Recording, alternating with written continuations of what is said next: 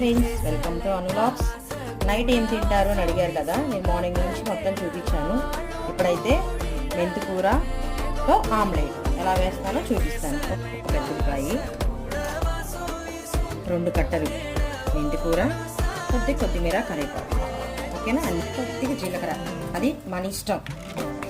ఇక్కడ పసుపు, ప్లేట్కి సరిపడి సాల్ట్, 2 ఎగ్స్. ఇలా కలిపేసుకోవాలి. నైట్కి ఏం తింటారు ఇలా కలిపేసుకోవాలి.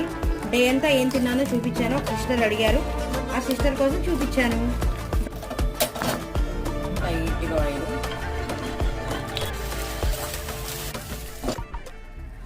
Omelette ready. టేస్ట్ చేసి చెప్తా.